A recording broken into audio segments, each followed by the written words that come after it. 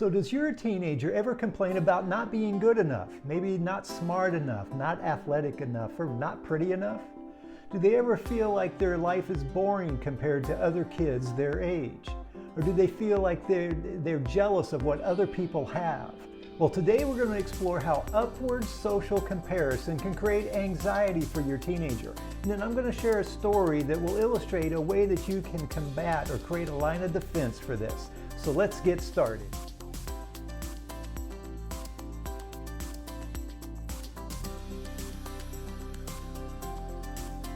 Well, hello everyone.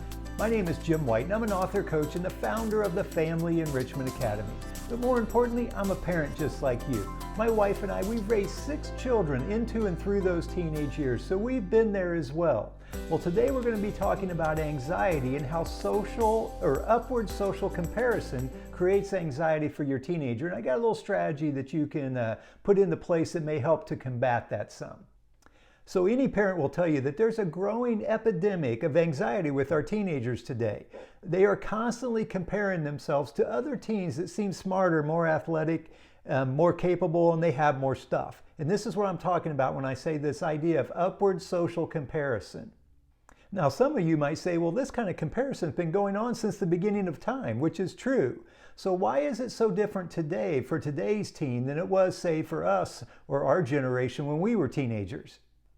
So consider this scenario. Let's say you're a 16-year-old girl 100 years ago. So it's 1923.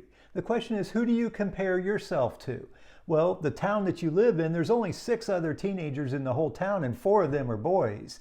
And there's no television and actually your view of the outside world is limited to the magazine rack at your local 5 and dime store, right? For this 16-year-old girl, the social comparison is limited to a very small group of people. So let's move forward 50 years. Now you're a 16-year-old girl and it's 1973. The question is, who do you compare yourself to?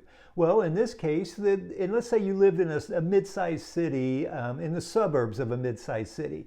Well, that field of view is limited to, say, maybe 400 or 500 kids that are at your local high school that you would know, and then what you see on television. But at that point, television's limited to maybe 4 TV stations, and there's only 1 television in your home.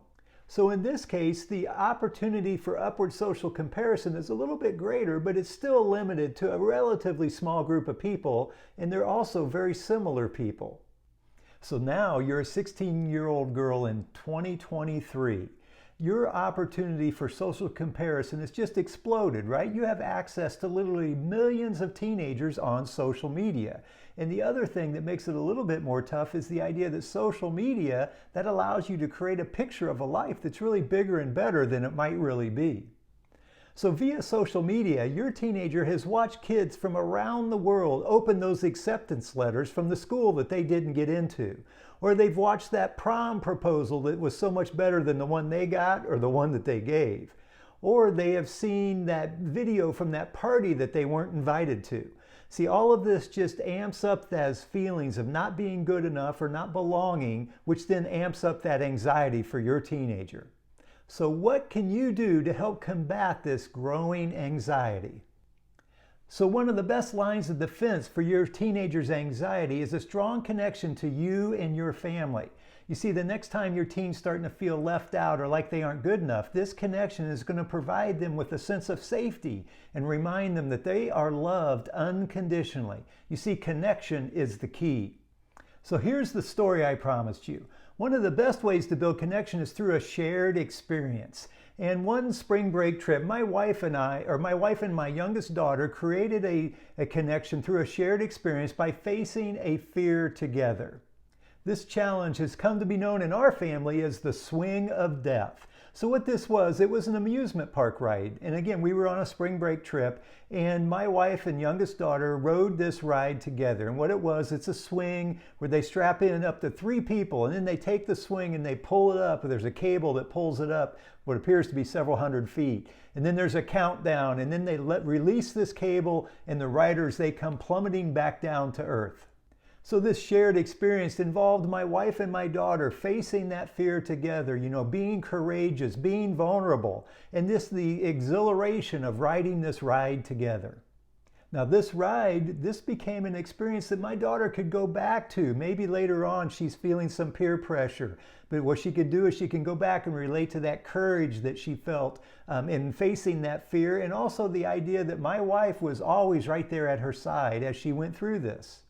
And the best part, we still talk about this, so we get a chance to relive that experience. And again, it just created a little extra bond between my wife and my youngest daughter. So that shared experience, great way to build connection. So my recommendation to you is to go out and create a shared experience. Pick something meaningful or something new that you've never done before and try to create an experience that you can share with your teenager. Here's a few ideas for you. Maybe you take a cooking class together, or you sign up for a 10K run and put together a training plan and train together. Or how about an art class at the local community center? Or maybe you've been talking about a fishing or camping trip, so maybe take that trip that you've been putting off for so long. Or like my wife and my daughter, try to find a fear that you could face together. So while you probably won't be able to completely eliminate your son or daughter's anxiety, deepening that connection will provide that safe place and it'll give them a sense that they are loved unconditionally, which is a great line of defense. Now, before we wrap up today, I did want to let you know I have a free resource for you. And this comes up when parents talk to me about they can't get their teenager to talk to them or open up. And so my response is you have to ask better questions. And so this free resource involves 10 questions you should never ask your teenager. Think of these as like conversation killers. But then I also have 10 great questions. These are the conversation starters. And it's a free resource that you can pick up at our website, which is FamilyEnrichmentAcademy.com. So be sure to go there and download that for yourself. Now, as always, it's truly an honor to be able to serve and support you as you move along your parenting journey. And it is a journey. And I just want to acknowledge you for having that growth mindset. That's just going to be critical to getting through these teenage years.